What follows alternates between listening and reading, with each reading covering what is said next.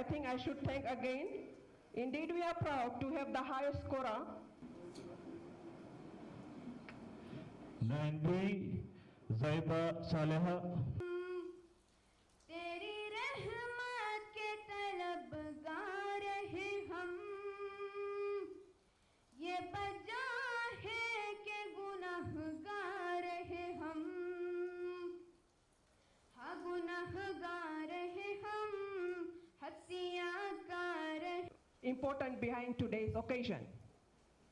And for these reasons, Ladies and gentlemen, let me start with the quote by the former president of US, Barack Obama. He said, "Change will not come if we wait for some other person or some other time. We are the ones that we've been waiting for.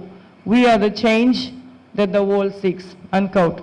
So leadership, ladies and gentlemen and dear children, is all about being positive, being leading and paving the best way forward with positive leadership. And I'm sure as the year unfolds, your teachers and your parents and the administration will guide you, student leaders, and see that we take this college forward. And I bring to this prefix ceremony the same views today, that you are the chosen leaders by your teachers and students, and you are the instruments of change that your school is looking for, that the country is looking for. And we have placed a lot of trust in you, and I hope that you will do justice to that. Ladies and gentlemen, many a times when we are bestowed with leadership positions, we continue to ask what leaders of the past have done, what leaders of the past have failed to do, and what we could have done if it had been this way and the other. And if we continue to harp upon what happened in the past, the failures of the past, we may not progress. We need to learn. We need to learn from the failures of the past and leave a legacy as current leaders for the future generation. Okay? And remember, like I said, you are the leaders we have been waiting for. Don't dwell on the past. Look forward. Drive forward. And take your school and yourself to another level. Don't let people say to you that it's always been this way, so it has to be that way. Be bold. Be bold, be innovative to bring about changes for the best of your institution, right? And don't assume that it is somebody else's responsibility to bring change for better. It is now your responsibility to work as a team, with your teachers and the other students to bring that change that the school is looking forward to. But dear students, this day also brings back very fond memories. You know, we all have been students. Your teachers have been students, your parents have been students, and your principal has been a student one day. I, of course, was a student one day. And I still remember when I was given the deputy head girl badge in 1988. And probably that was a life-changing moment for me. So I'd also like to put on record my appreciation to all the teachers who have served the nation, to my teachers who probably brought me to where I am. And I'd just like to say to you students, your teachers deserve your utmost respect. And like your teachers, your parents deserve your utmost respect. And like them, the elders that you have in your life and around you need to be given the same respect. And that is one value that you and I should never forget. No matter how old we become, no matter how successful we become, we must respect our teachers, we must respect our parents, and of course we must respect our elders and take heed of the advice that gives. Sometimes we think we know all, we know it all. Now you've got the badge, or now you've got the leadership position, and you know it all. Please don't have that attitude. Always have that attitude that if you walk with your team, you will achieve wonders, okay? And so if I can just reflect for a couple of minutes on my journey as a student leader, as a teacher, as an administrator, and now as an MP, I have never sat back and waited for someone to bring about the change that I believed was necessary, not only in my personal life, but also in my professional life. And of course, it works wonders. And you will see the benefits as you walk along and you progress into your academic careers, you progress into your professional careers, and of course as you progress in your personal lives. And the Prophet Muhammad sallallahu alaihi wasallam, peace be upon him, said, "The best amongst you," I quote, "the best amongst you is the one who doesn't harm others with his tongue and hands." And that's quoted from the Holy Quran. Sometimes the words that we say hurts people, we don't realize that. Sometimes our actions hurt people, we don't realize that. So always try to be an empathetic leader. Always try to see things from others' perspective.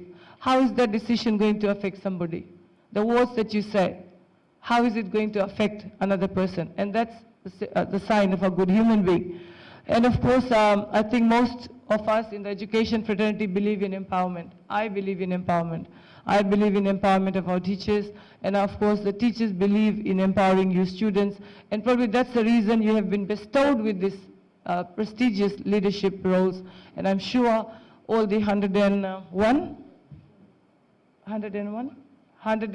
leaders of Nasuni Muslim College, you will do proud to the badges that you will be getting this morning.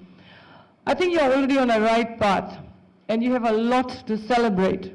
Like I said, from the humble beginnings in 1972, I was born a year before that, 1972. So I believe the school is about 48 or 47 years old.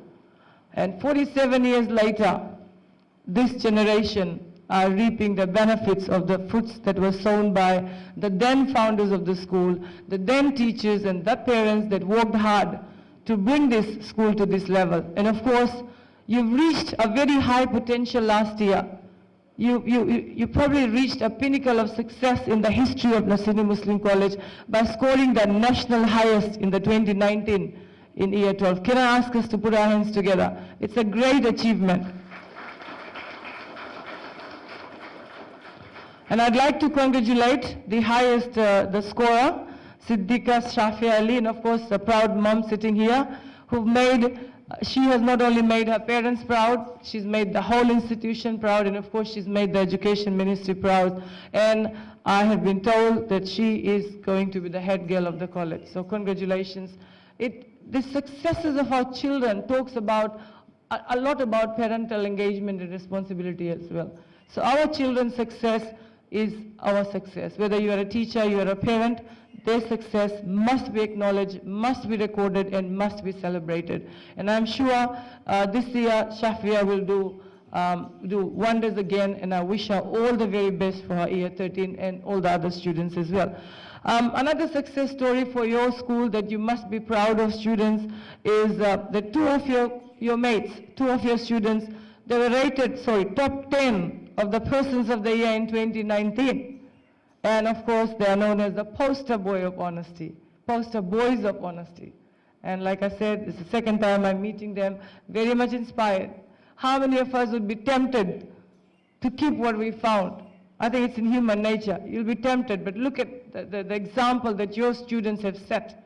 And that's, again, a very, very proud moment. And I'd like to congratulate, I'm sorry I've forgotten the names of the two boys, but I know they're here, and they escorted me to this podium. And thank you very much, and hopefully the rest of you will follow suit. And this year you will again display a lot of acts of honesty, bravery, courage, whatever comes your way, and do your institution proud. So ladies and gentlemen, let's come back to our government's commitment of our education. As a government, we are very much committed. Our Honorable Prime Minister is very much committed to the education of our children. We believe in equity, access, and of course we believe in quality education for our children. Many a times I've said that quality education does not come with infrastructure, it comes with quality teachers. That's very important. Quality teachers, and as I walked in the room, I saw the preparations, very professional teachers here, the HOD languages, I believe, the MC. It's how you present yourself, the respect that has been shown through the address by the principal and by your HOD. I'm sure that's a hallmark of this school. And you students are blessed to have a group of teachers who are very committed. So teachers, thank you very much. Please continue. I know Minister of Education probably has issues that affects your work, but we are there. We are trying to go out of our way to assist you. But please continue to do that. It's a very noble profession.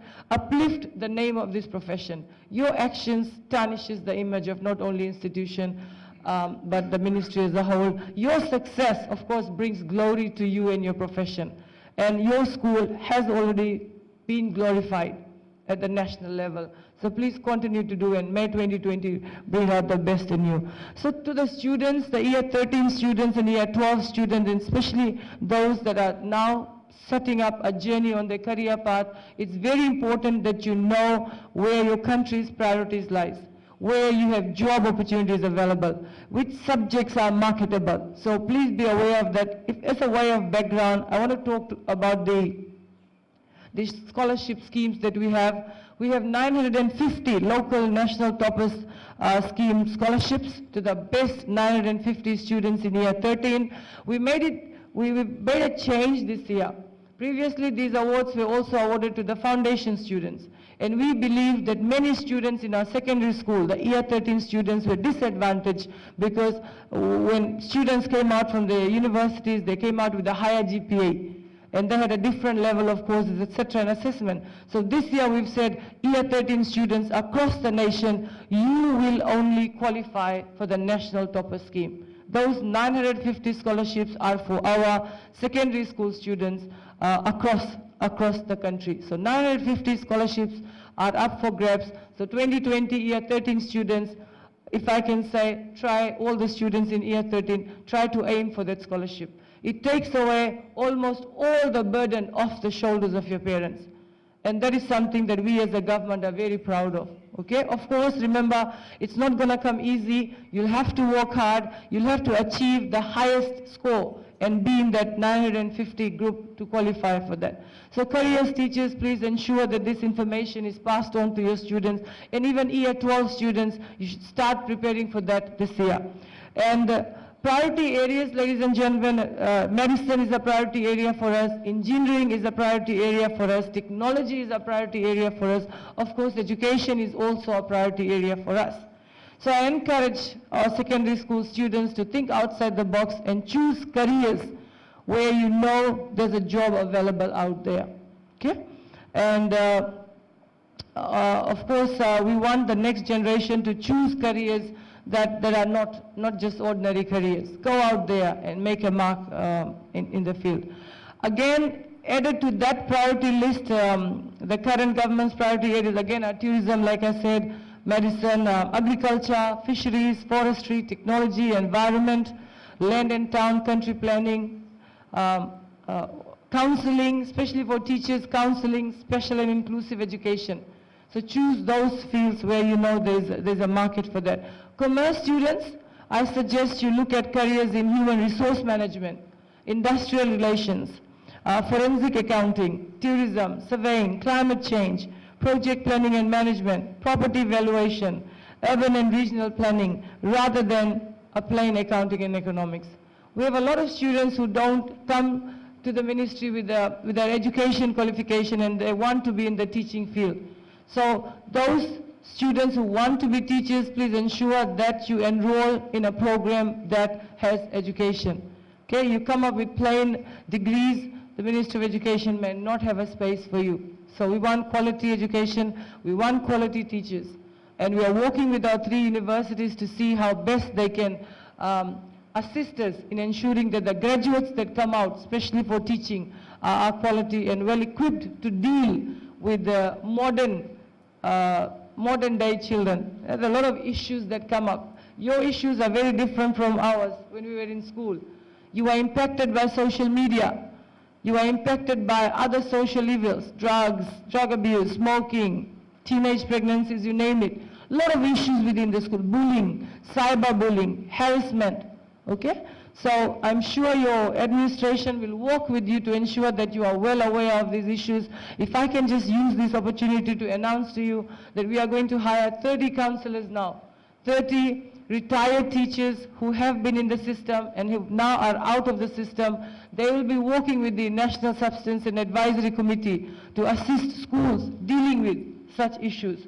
So Very shortly, I think we'll be calling an expression of interest. So retired teachers who are out there who want to come back to the system, we need your wisdom, we need your expertise, and we need your wealth of experience to assist our schools dealing with these issues, okay? To the heads of schools, please don't, when there are issues in the school, there are ways and mechanisms to deal with it. Issues like sexual harassment, bullying, teenage pregnancies, child abuse, domestic violence cases, corporal punishments. We don't want any of these issues swept under the carpet. Every child is important to us.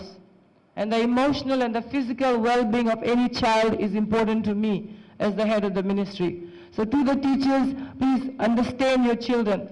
If they're not doing well in school, there could be a reason. If they're arriving late to school, there could be a reason.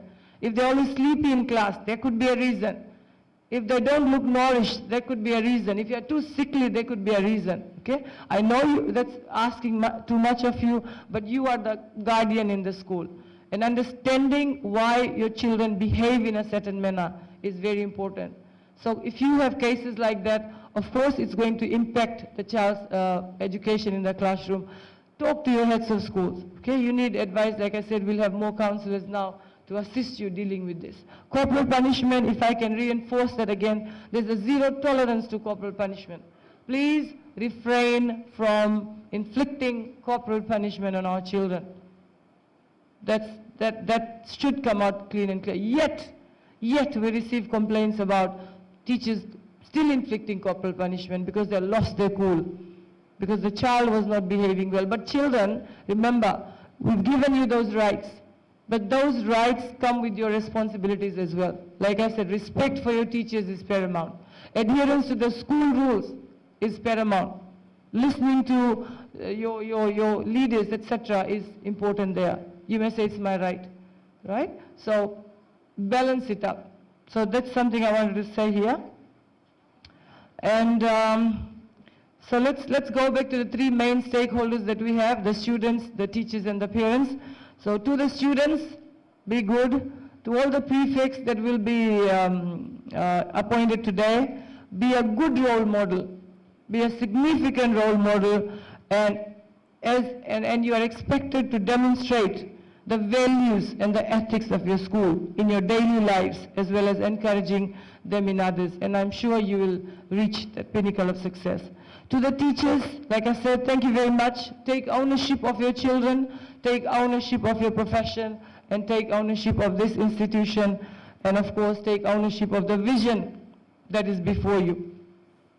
And what better way to do that than show the prefects the ideal way to handle situations by being the perfect role model for your children.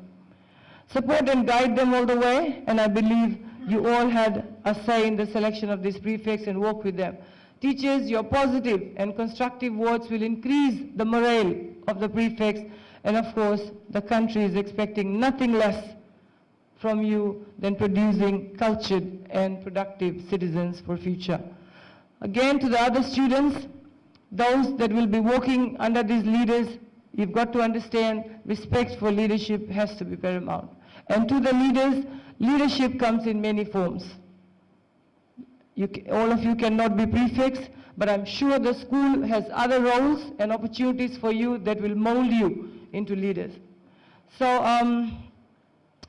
while I was on my way, I just managed to do a little bit of research, and I came up with this statement that I found very, very inspiring. It says, great leadership is about having a genuine willingness and a true commitment to lead others to achieve a common vision and goal through positive influences. No leader has, and no leader can ever achieve anything great and long-lasting without teamwork. Teamwork gives a hand-in-hand. Oh, sorry. See, I was trying to rush through. Teamwork goes hand in hand. Teamwork goes hand in hand with great leadership.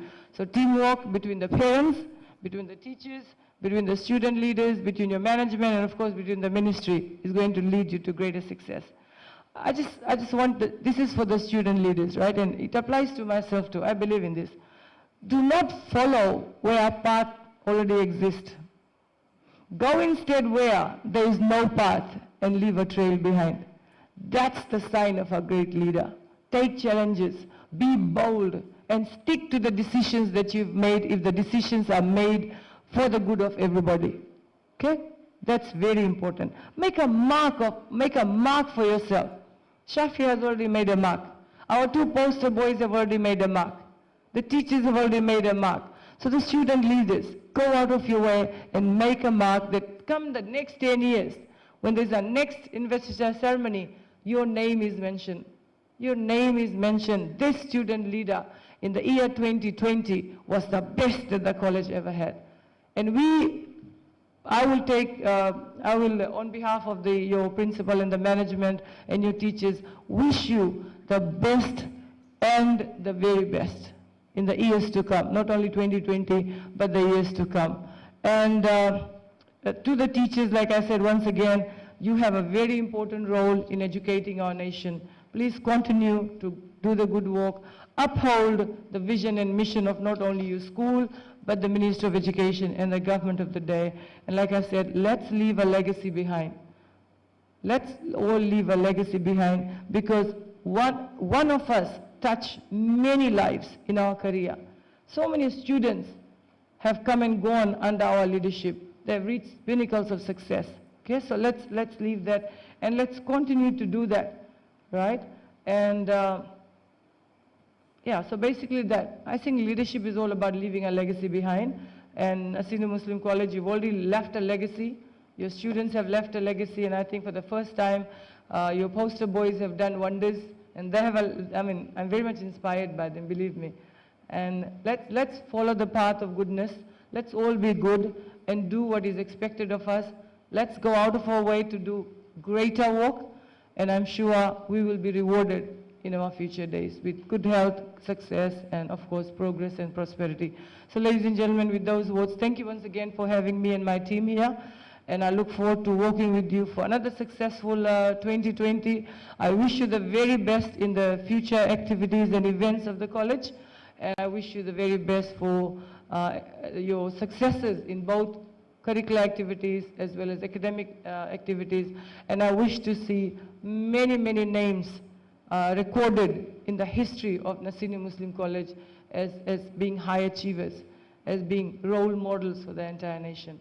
So thank you very much, and good hafiz. Siterin Tale Lenduar of Piaila Bandi.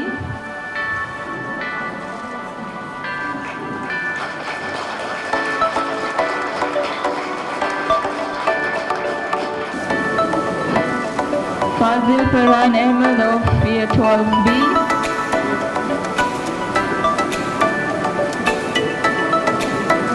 Mere Nangele Kalo of 12C.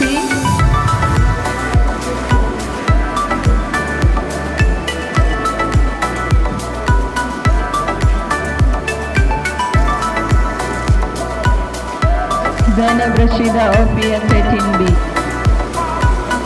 Ifeli Sora of Pier 12D. To our brain box, the very girl who has made